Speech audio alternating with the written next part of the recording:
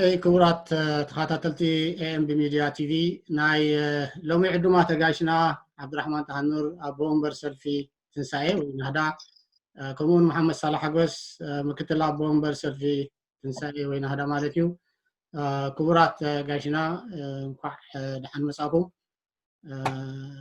اغايشاكم كمن غزاكم يوم كم كفلي زينا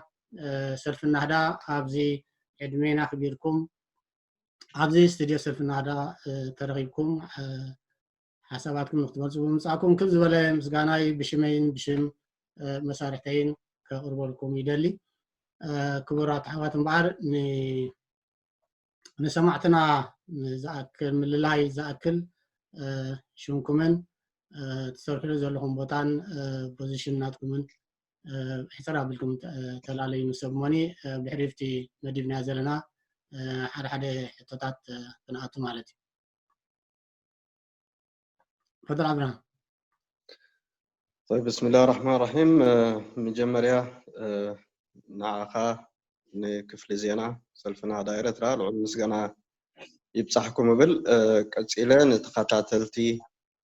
زي مدبزي كبرات أحاتنا حواتن سلام بالفتو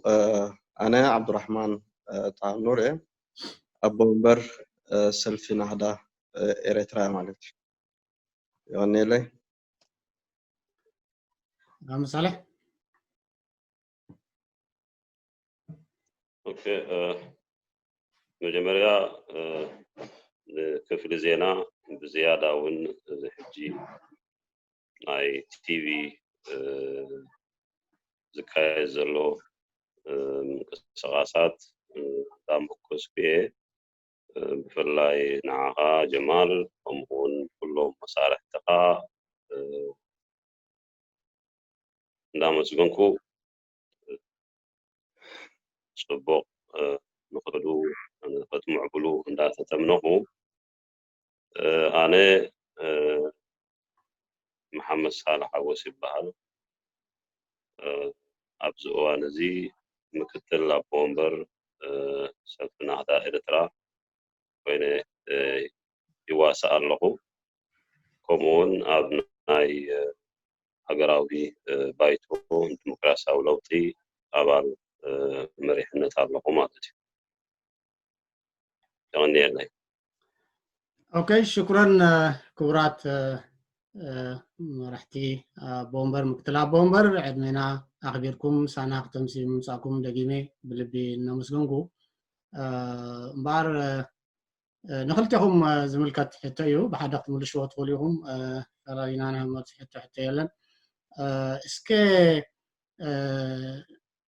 هلو كنتات سلف النهدا ابز اوان زي كما يالو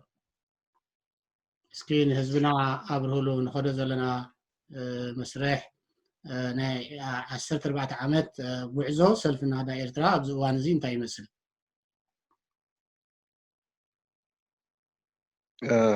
هراي صبغ هتويو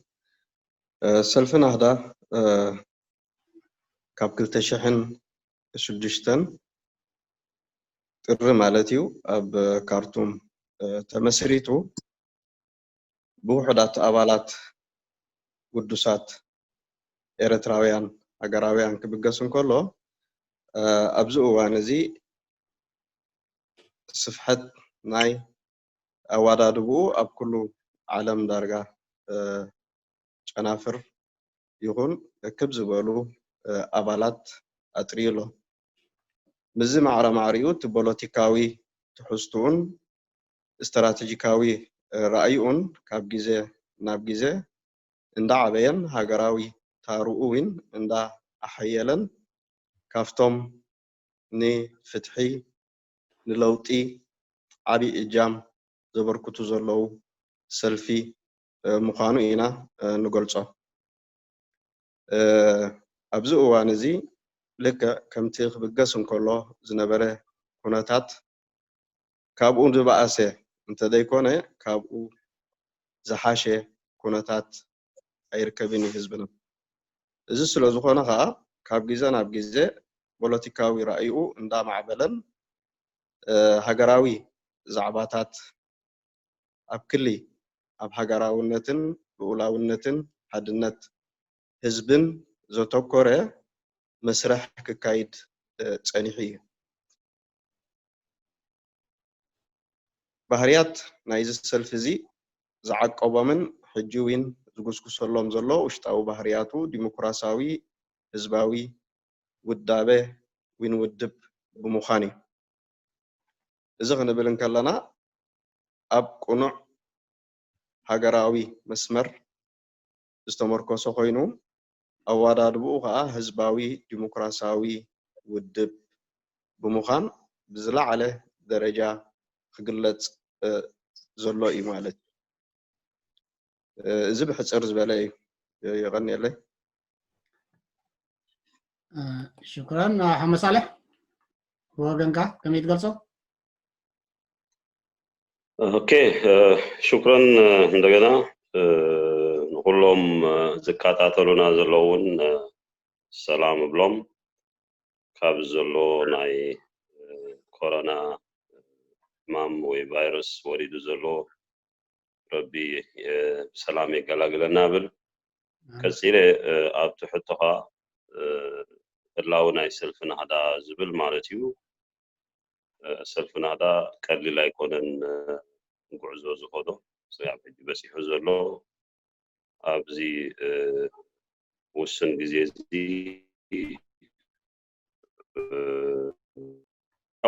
ኦኬ ሕራይ እምበር ካብቲ ክስታይ ኦኬ هلو ኩነታት ሰልፊ ናህዳ ኤርትራ ከመይ ይመስል ንዝብል ኣገዳሲ ሕቶ ኮይኑ ይሪኦ ማለት እዩ ንምንታይ ካብ ዝብገስ ከም ክቡር ቦምበር ዝተቆሶ ካብ 2006 ስጋብ ዝዕለት ዘለናዮ 2020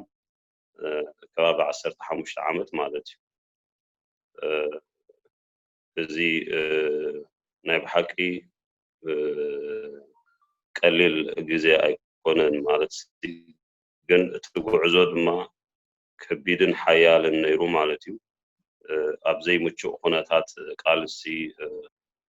ሃገራዊ ቃልሲ ከተካይድ ንስ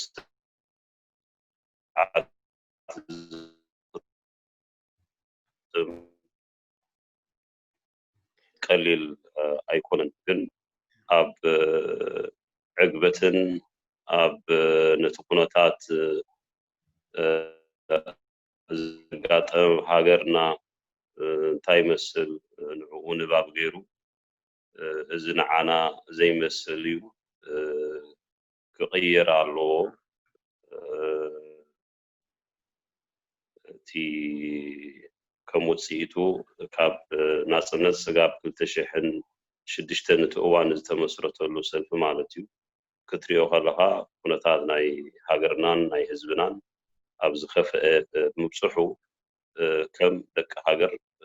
እንታይ ይግቡእና ዝብል ነዚ መልሲ ንምርካብ ጀካቲ ምቅላስ ዘይኮይኑ ካልእ ኣዋፃኢ ከም ዘየለ ተረዲኡ ነፍሱ ጠርኒፉ ኣብዚ ጉዕዞ ናይ ቃልሲ ተረኺቡ ኣብዞም 15 ዓመታት ቀሊል ኣይኮነን ከም ኣስተዋፅኦ ይኹን ከምኡውን ውሽጣዊ ኩነታቱ ዝያዳ ካብ ዝነበሮ እንዳሓየለ እንዳበርትዐ ምስቲ ኩነታት እውን እንዳተዓፃፀፈ ነቲ መስርሕ ክኸዶ ክኢሉ ሕጂ እውን ዝያዳ ጉልበትን ጠንኪሩን ንዝመፅእ ዘሎ እውን ክብድህ ይኽእል ዝብል እምነት ኣለና ማለት እዩ يعني اوكي شكرا بتدولكم سلف النهضة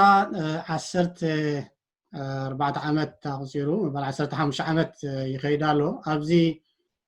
وشت 14 عامات المنفقن غير لزلو بركت زبلو አባላትን ብዝሕ ዝበለ ጨናፍርን ዝውንን ውድብዩ ይበሃል ክሳብ ክንደይ እዚ ወደባ ሰልፍ ናዳ ካበይ ናበይ ዝሓዘ እዩ እቲ ወደባ ኤውሮፓ ሚድል ኢስት ኣፍሪቃ ልዕሊ 14-15 ክፍለ ሃገራት ጨናፍር ኣለዎ እዩ ዝበሃል እዚ ብከመይ ትገልጽዎ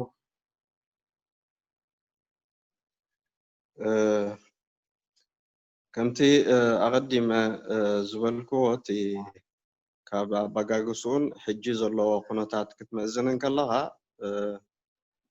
ብጣዕሚ መሳጢ ዝኾነ ነቲ ንኸዶ ዘለና ቃልሲ ክብርክት ዝኽእል ሓይሊ ወኒኑሎ ዝብል እምነት ኣለና ማለት እዩ። ሓደ ብመልክዕ ኣባልነቱ ክትሪኦን ከለኻ ብብዝሒ ካፍቶም ሰፊሕ መሰረታት ዘለዎም ውድብ እዩ። ኣብ ኩሉ ኩርናዓት ዓለም ኣብ ኩሉ ኣብ ሚድል ኢስት ይኹን ኣብ ሱዳን፣ ስዑድያ፣ ግብፂ፣ ቀጠር ካልኦትን ከምኡ እውን ኣብ በዓል ኣውሮፓ፣ ኣሜሪካ፣ ካናዳ፣ ኣስትራልያ ኣብ ኩሉ ጨናፍራቱ መሓውራቱ ዘርጊሑ ዝሰርሕ ዘሎ እዩ ማለት እዩ። ብዓይነታዊ መልክዕ ክትሪኦን ከለኻ ከዓ ኣብዚ 15 ዓመት ርዝነትን ዓቕምን ዘለዎም ኣባላትን መሪሕነታትን ክጥሪ ዝኸኣለ ውደባ እዩ። ሓደ ካብቲ ነዚ መስርሕ እዚ ክዕቅቦን መልክዕ ናይ ዝውድብ ገላፂ ክገብሮ ዝኸኣለን እቲ ዲሞክራሲያዊ መስርሕ ምዕቃብ ማለት እዩ። ሰልፊ ናህዳ ጉባኤታቱ ኣብ ግዚኦም ዝተግብር ዘሎ ጉባኤ ውድብ እዩ። እቲ ዲሞክራሲያዊ ትሕዝትኡ ብተግባር ዝተግብሮም ዘሎ እዩ ማለት እዩ። እዚ ስለ ዝኾነ ካብ ግዜ ናብ ግዜ እንዳዓበየን እንዳሰፈሐን ብመልክዕ ኣባልነትን ትሕዝቶኦምን ዓቕምታቶምን እንዳበርከቱ ዝኸዱ ኣባላትን መሪሕነታትን ዘለዎ ሰልፊ እዩ። thank you. እዚ ናይ ጉባኤ ካብ ዘከርካ ሰልፊ ናህዳ ኤርትራ ብዝመስለኒ ራብዓይ ጉባኤ ይድሰጋገር ዘሎ ኣነ ሓንቲ ክትበርህ ዝደልያ ሰልፊ ናህዳ ኤርትራ ኣብ ኩለን ውድብ ዘይተረኣየ ኣብ ኩሉ 3 ዓመት መሪሕነቱ ዝቕይር ኣብ ወንበር ድሕሪ 2 ግዜ ክምረፅ ኣይክእልን ልክዕ ናይ ኤውሮፕያን ሲስተም ኣተኣታትዩ ዝቃለስ ዘሎ ውድብ ኣነ ናብ ሕቂ እዚ ኣባል ናይዚ ውድብ እዚ ኮይነ ሓደ ካብቲ ደስ ዝብለኒ ወይ ዘድንቆ ኣተሓሕዛ ኢለ ዝኣምን ካበይ ተወሪሱ እዚ ካበይ መፅኡ? ምክንያቱ ኣብ ቃልሲ ናይ ኤርትራ ካብ ዝጅመራ ሒዝካ ካብ ተጋድላሕነት ኤርትራ ህዝባዊ ግንባር ካልኦት ተቃውምቲ ተሪኢኻ እውን ከምዚ ዓይነት ሲስተም ዘተኣታተወ የለን። ካበይ እዩ ሰልፊ ናህዳ ወሪስዎ ዝገባብ ዲሞክራሲያዊ ኣሰራርሓ ድሕሪ 2 ግዜ ሓደ ቦምበር ክምረፅ የብሉን ተባሂሉ ቪድዮ ወነኑ ወሪዱ ንካልኦት ክረክብ ካበይ ተወሪሱ እዚ ባህርያት እዚ? ኦኬ እንታይ ብሓቂ ፅቡቅ ሕቶ እዩ። እሱ እንታይ እዩ መጀመርያ ክንፈልጦ ዘለና ዝኾነ ሰልፊ ክብገስ ከሎ ናቱ ቪዥን ኣለዎ ማለት እዩ። ናቱ ረኣይ ኣለዎ። ስለምንታይ እዩ ተመስሪቱ ወይ እንታይ ዓይነት ቃልሲ እዩ ክካይድ ንዝብል እንታይ ዓይነት ለውጢ እዩ ከምፅእ ንዝብል እዚኦም ኣገደስቲ ሕቶታት እዮም ማለት እዩ። ሕጂ እቲ ጠንቂ ዘበገሰ ናይ ሰልፊ እዚ ኣብ ሃገርና ዘሎ ስርዓት እንታይ ይመስል ንዝብል ዲክታተራዊ ስርዓት ሓደ ፓርቲ ዘይኮነስ ሓደ ሰብኣይ ወይ ግሩፕ ከም ድሌቶም ዝገብርዋ ዘለዎ ሃገር እቲ ህዝቢ ከሳትፍ ዘይከኣለ ህዝቢ ኣብ ክንዲ ሃገሩ ከም ጓና ኮይኑ ወይ ተጎቲቱ ዝኸይድ ዘሎ دعان كاريون عبد الرحمن ملايا ولا خسي مالس تحتوسي بتعمي رايمو قرنت اترا جميركا حزبا غمبار منغستي ارترا وانت منغستي لسمي زلو نفس خصاف حجي سماو منغستي كالت ودبانون كابز فطر اكساب حجي بحد مريحنت زخدا زلو عينو سلفنا هذا جن كل 4 عامات مريحنته زغير ودبي أنا أب ثالث عالم حدا بارتي يكونن حدا من دستي كمان كم عينة تايرة أنا نمو إذا خمسة عينة زي تكباري بقلل جميت كازر يكونن ملسات عطيه صبغ حتى يو صبغ تعزبتي يو حدا سلفينا هذا كم زبالنا بكل تشيحن شدشتن سلة مسرته حلوف تمكره نايدن بتقاومن التي رأيا انت ايو حدش رأيا كتكبر زدلي زبل هذا تحسطو نيرو مالتي مزقا التي نقالو سو زلنا سرعات اب حدا ولق ملاخي تأثيرو له ناي بوزحات قالسي اب تحت حدا ملاخي تونينو تراي زيكونه هاجر بمولو انا جبارن حلاجن زبل كوناتاتينا زلنا مالتي مبار سرفنا هذا ابزي مست بوليتيكاوي تحستو التاساسيرو شعو تزاربلو قداي انت نيرو ديمقراسي كم متكالات ابسندات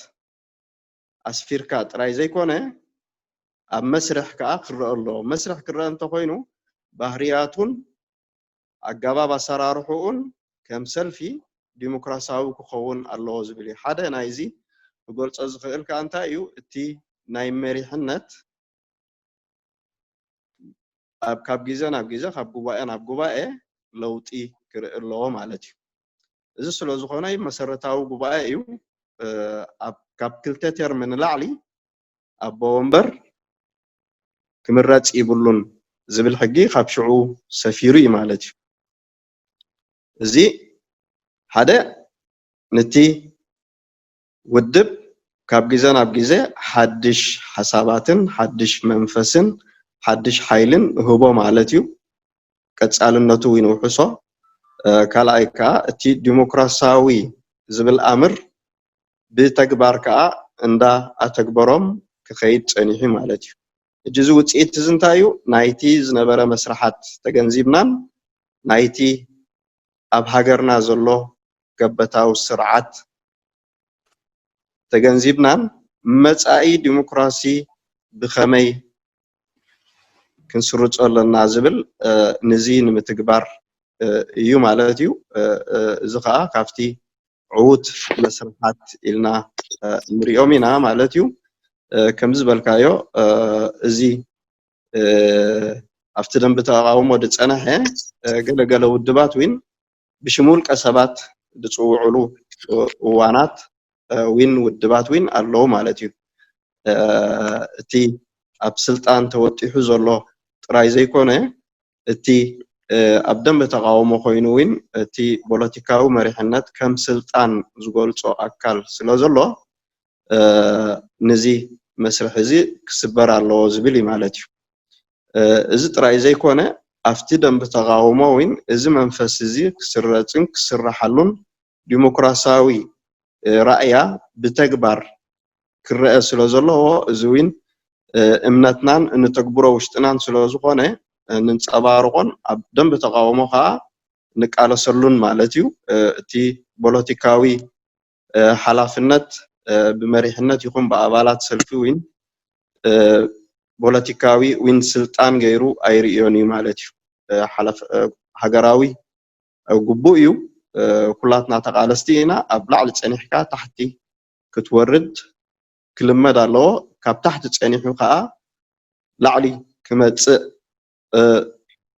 ዝኾነ ሰብ ሓላፍነቱ ምዃኑን ጥሙሑ ስለ ዝኾነ ከዓ ዓቕምታት እንዳደለብናን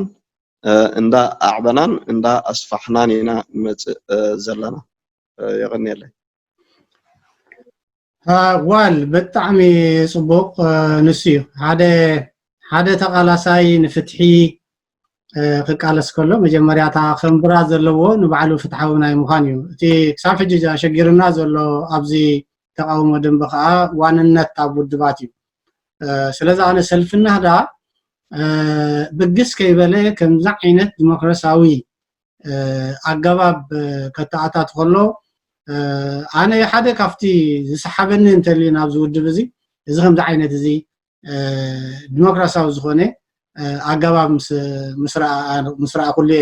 ክብለካ ክእል ብዙሓት ሰባት ናብ ዝውድብ እዚ ክመፁ ክትሪኦም ከለካ ብከምዚ ኢና ነዚ ውድብ እዚ ንመርፆ ክብልካ ከለዉ ናይ ብሓቂ ደስ ይብለካ ነቲ ነዚ ዘተኣታቱ ሃገራዊ ፖለቲካዊ ፕሮግራም ጽሒፎም ነዚ ጉዳይ እዚ ዘተኣታቱ ናይ ብሓቂ ምስጋና ይኹኖም ክነኣዱ ዘለዎም እዮም ክብል ክእል ምክንያቱ ብኢደ ወነንካ ካብ ስልጣን ምውራድ ቀሊል ኣይኮነን ዓብድራሕማን መወዳእታ ይመስለኒ ራብዓይ ጉባኤ እንታይ ክትብል ኢኻ ትውርድ ኢኻ ወላ ተኣብየና ኢኻ ከምዞም ካልኦት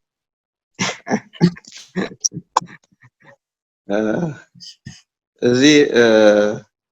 እምነትና እዩ ሓደ ካብቶም ንቃለሰሎም እምነት ስለ ዝኾነ ግድን እዩ ዓብድራሕማን በቲ እምነት ዝተዋሃቦ ስጋ ሕጂ ክመርሕ ፀኒሑ ልዕሊኡ ብቕዓት ዘለዎምን ልዕሊኡ ክእመኑ ዝኽእሉን እዚ መስርሕ እዚ ኣብ ዝሓሸ መድረኽ ክብፅሕዎ ዝኽእሉን ከዓ ውፍያት ዝኾኑ ብዙሓት ስለ ዘለዉ ዓብድራሕማን ኩሉ ግዜ ከም ተጋዳላይን ተቓላሳይን ንድሕሪት መፅኡ ነቲ ቅድሚት ዝመፅእ ዘሎ ደጋፊን ጎንን ክኸውን ግድን እዩ ማለት እዩ እዚ ዝሓለፍናዮ መስሪሕ እዩ እዚ ስለ ዝኾነ እዩ ከዓ ሰልፊና ኣብ ዝኾነ ፖለቲካዊ ቁርቁስ ብፍላይ ኣብ ናይ ስልጣን ቁርቁስ ተራእዩን ኣትዩን ኣይፈልጥን እዩ ማለት እዩ እዚ ናይ ኩላትና ሓላፍነት እዩ ክንዕቅቦ ኣለና ብዝለዓለ ኣብ መሪሕነት ዘሎ ክዕቅቦ ዘለዎ እዩ ብታራ ከዓ ታራ ኣባላት ነዚ መስርሕ እዚ ከዓ ብትግሃት ክሕልውዎን ነዚ መሰል እዚ ከዓ መሰሎም ስለ ዝኾነ ኣብቲ ኣገባብ ኣሰራርሓና ሙሉእ መሰል ስለ ዘለዎም ክጣበቑሉን ክሕልዎን ዘሎ መስርሕ ዝብል እምነት እዩ ዘለና ማለት እዩ ثانك يو حمد صالح مصيا مسيلو كله بعدو وانا تقاليد ويجن كتبلت لندن هليكا بزعباتي كنتات ديمقراسياوي متتتاوب سلف النهضه جمير كان يركا قطعم تقارصاتك كتبلت لندن هليكا بزعبو كيد حجون عبد الرحمن هو صبا انتاي مسلكا تي قالسي انت قالس زي كونس قالسي علامه زلو قالسي ومالتي السودماتي اب هاجرنا زلو كونتات تنكي كموسيت من ريخلنا نايت ديكتاتوراو سرعات مالتي سلازي بانصارو ديمقراسياو سرعات ابيرترا تتكلالو زبل عند علامه اي ديمقراسياو خبال كلما ህዝቢ ወሳኒ ክኸውን ኣብ ጉዳይ ናይ ሃገሩ ኣብ ኩሉ መዳያቱ ማለት እዩ ኣብ ፖለቲካ መዳይ ይኹን ኣብ ማሕበራዊ ይኹን ኣብ ቁጠባ ይኹን ኣብ ኩሉ ቦታ ቀንዲ ናቱ ህላው ዘረጋግፀሉ ናይ መጻኢ ዕድላቱ ሕንፅፅ ዝኽእል ንዑ ዝመስል መራሒ ከምፅእ ዝኽእል ነቲ መራሒ ክቋፃፀሮ ዝኽእል ብሕጊ ዝግዛእ መራሒ ሕጊ ተዳጥሒሱ ጠጠው ዘብሎ ፓርላማን ክህሉ እዚ ተዳልዩ ኮይኑ ኣብዚ ህሉ ኩነታት ኣይንበፃሕና ነርና ማለት እዩ እዚ ሁሉ ዝተረከበ ሓደ ኣላይ ዘይብሉ ዝዓብቶ ዘይብሉ ድልየቱ ዝገብር መራሒ ስለ ዘሎ ማለት እዩ ስለዚ ንሱ ከም ባህ ዝበሎ ዝሃገር ይመርሓ ነቲ ህዝቢ ድማ ከምዘይ የሎ ቆፂሩ ኣክንዳኻ ኣነ ናትካ መጻኢ ዕድላት ዝፈልጥ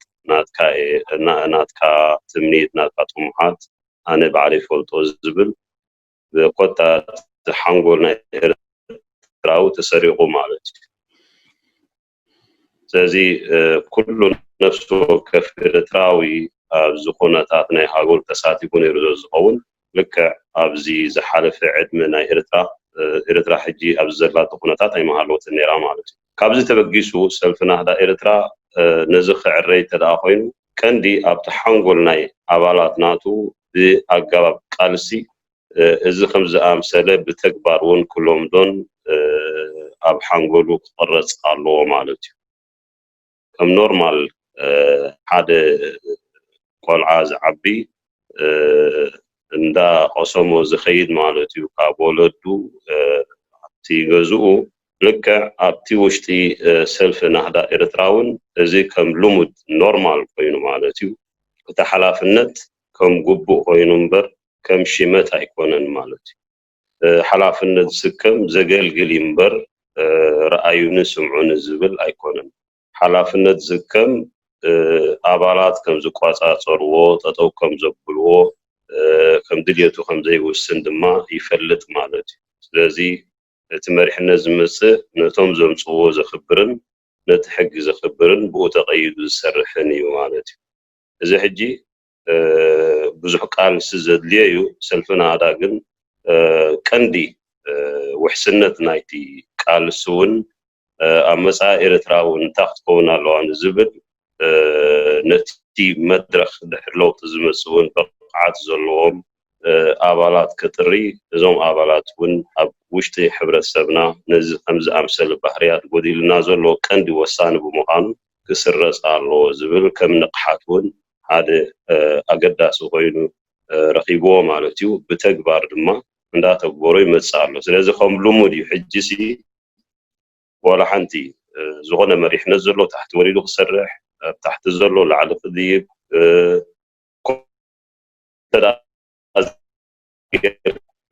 ድማ ክእለትን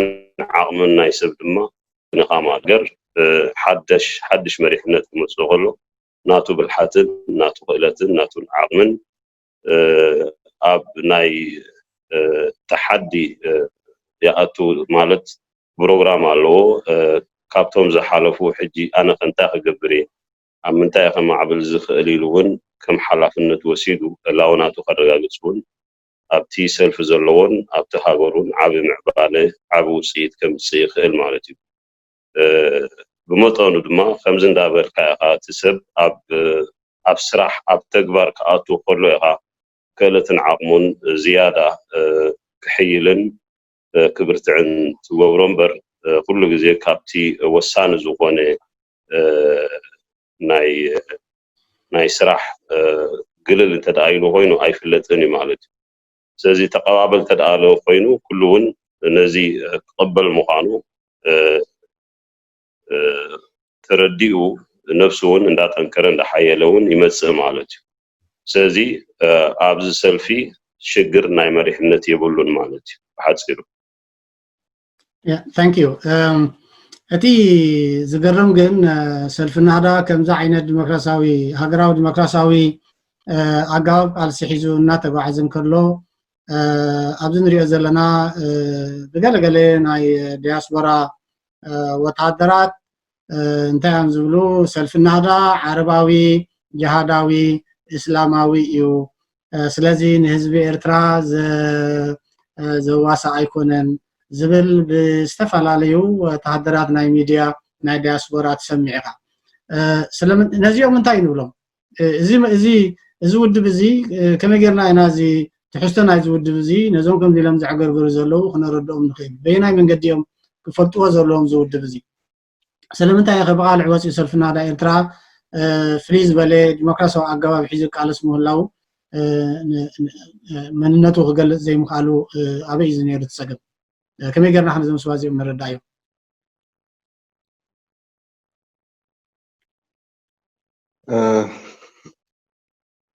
እንታይ ኣሎ ሓደ ናትና ድኽመት ክህልዎ ይኽእል እንድዩ ግን ብዝያዳ እዚ ሰልፊ እዚ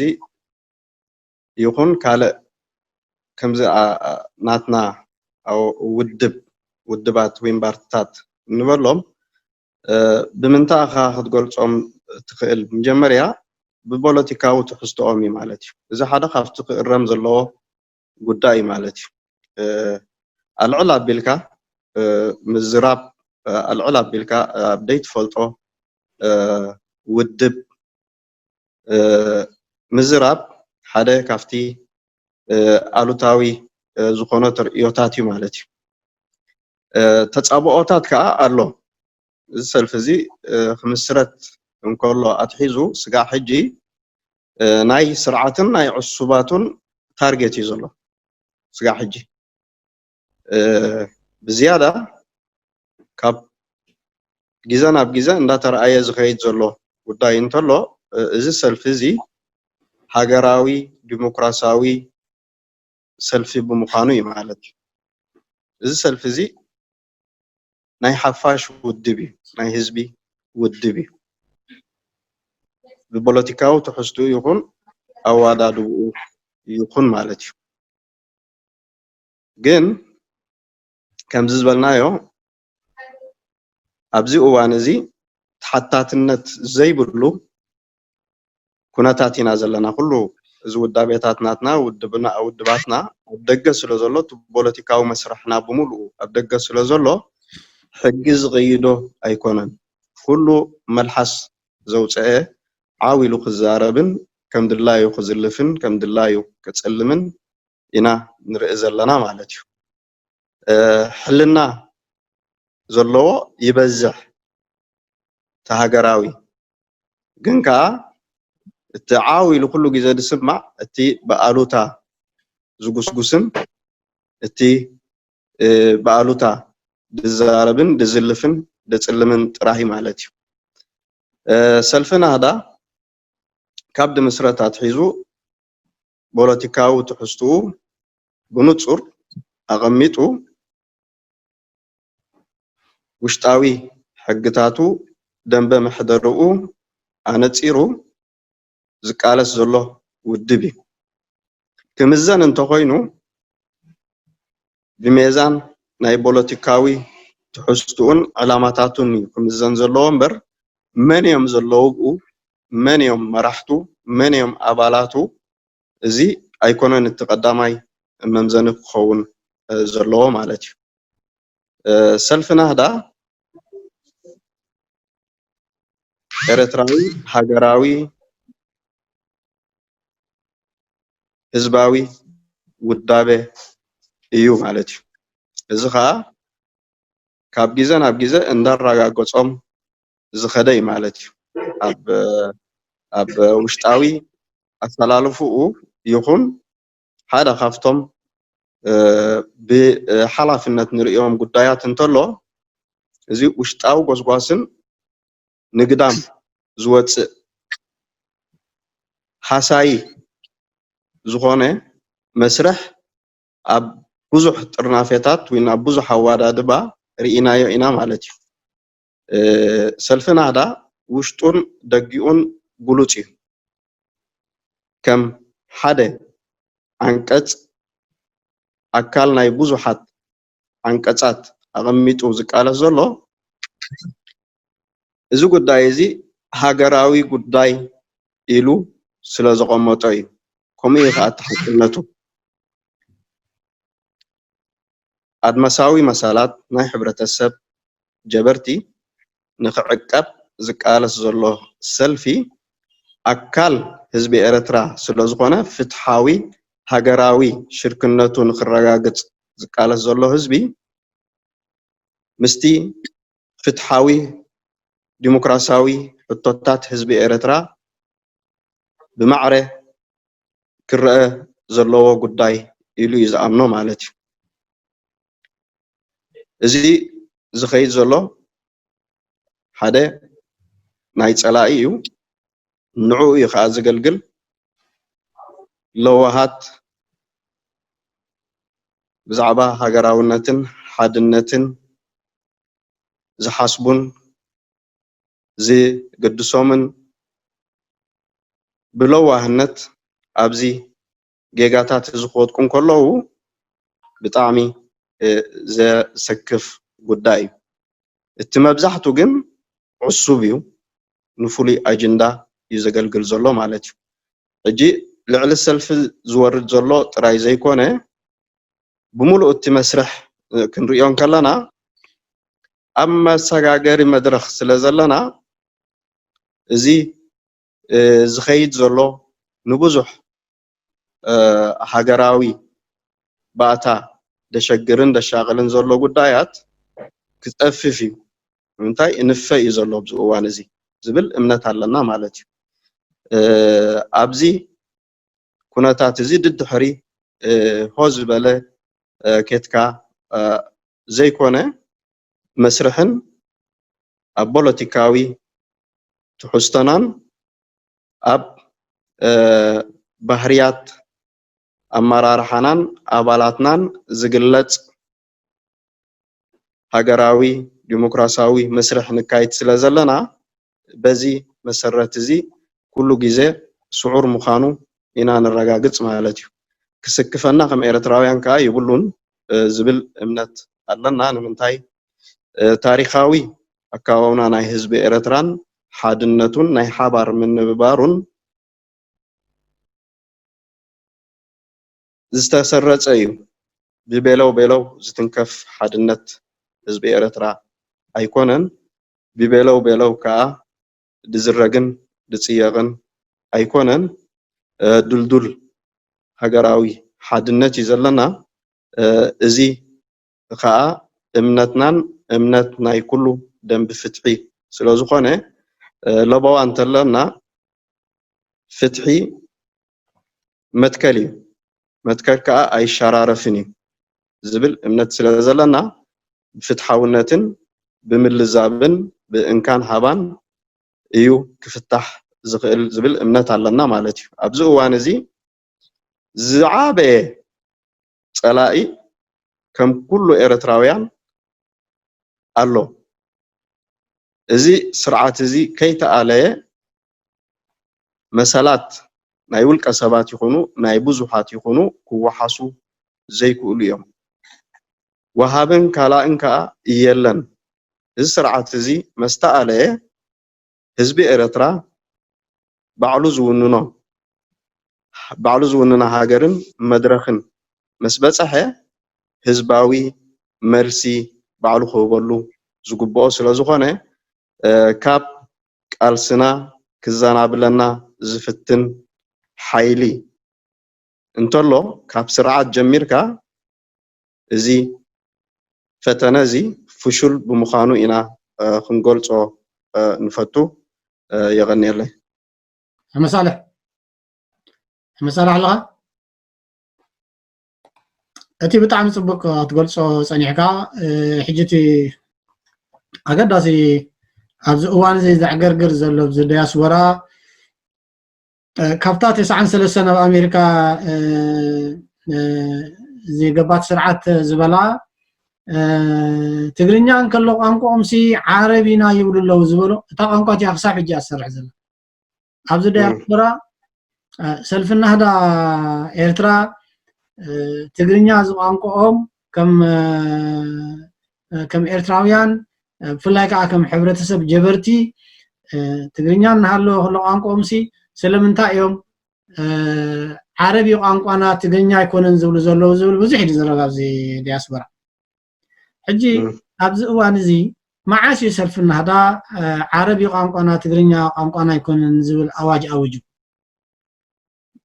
اوجدي خمزيلو زخل زرب زلو كابي يمسي زمنچ زي منيو زربح زلو زي بروباغانداتات زي ابلع سلفنا هذا نمخام زغبر زلو دس سلفنا هذا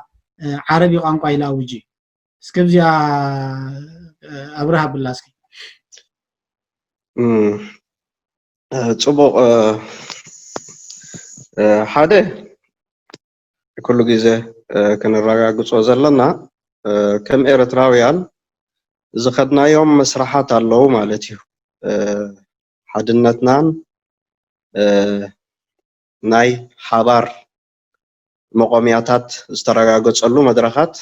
حاجه حلفلو እዚ መድረኻት እዚ ኩሉ ግዜ ተመሊስና ንድሕሪት ክንትንክፎም ሓሳይ ኮይኑ ይስማዓና ንምንታይ እቲ ስርዓት እውን ነዚ እንዳ መዝመዘ ሓድነትና እንዳ አላሕላሐ ክሰርሓሉ ዝፀነሐ መሳርሒ ናይቲ ስርዓት እውን መሳርሒ ኣብ ደንብ ፍትሒ ዘለዎ ክኸውን ሓደ ሓሳይ ጉዳይ ማለት እዩ ከም ኤርትራውያን ክንግንዘቦ ዘለና ማለት እዩ ብዛዕባ ቋንቋ ዓረቢ ብዛዕባ ቋንቋ ትግርኛ ይኹን ከም ክልተ ሃገራውያን ቋንቋታት ኦፊሻል ቋንቋታት ናይ ኤርትራ ኣብ መስርሕ ናይ 1952 ኤርትራዊ ዲሞክራሲያዊ ፓርላማ ክምስረት እንከሎ ዝፀደቀ እዩ ማለት እዩ ኣቦታት ብሙሉኦም ኮፍ ኢሎም ተዛትዮም ትግርኛን ዓረብን ኤርትራዊ ሃገራዊ ቋንቋታት እዩ ናይ ስራሕ ይኹን ኦፊሻል ቋንቋ ኢሎም ደሰበትዎ ጉዳይ ማለት እዩ እዚ ሓደ ከም መትከላት ክንኣምነሉ ኣለና ሰልፊ ናህዳኻ እዚ تبيلك على عبد الرحمن بورتريت برا غروب اجاست برا موبايلك يلا غاد سلفنا هذا إيردرازي كافتي 9 زقبات سرعات أمريكان كله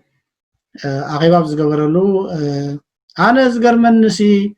እቶም ገዛእ ትግርኛ ቋንቋኦም ትግርኛ ኣይንደልኒና ቋንቋና ይኮነን ዝብሉናቶም ይዝገርመኒ ለዝኾነ ሰብኣዊ ከጣቅዕ እንከሎ ዝክር እንትኾን ካብቲ ቪድዮቲ ክሳብ ሕጂ ህዝብና ከዓ ከም ባባ ጋሎ ዲያስፖራ ዘሎ ንዕኡ ተቀቢሉ ክዶግመ ይውዕል ኣሎ ማለት እዩ ሰልፍና ሃዳ ዓረቢ ቋንቋና ኢሎም በገዛ ቋንቋኦም ትግርኛ ገዲፎም ዓረቢ ቋንቋና ኢሎም እዮም ዝዛረቡ ስለዚ ካብቲ ዓረብነትን ጃሃዳውነትን ኣይወፁን ኣብዮም ዘለው ዝብል ብዙሕ ይዝረብ معاسي يوسف هذا عربي قانقا إلى أوجو هل أوجو قانقانا عربي إلى أوجو كافتي إرتراو هجراوي قانقا تاتنا إلا قانقا تاتنا أوفيشال مسارح قانقا تاتنا عربيان تجرينيان يحليفو تجرينيا قانقانا يكون عربيان قانقانا زبل أواج معاسي يوسف هذا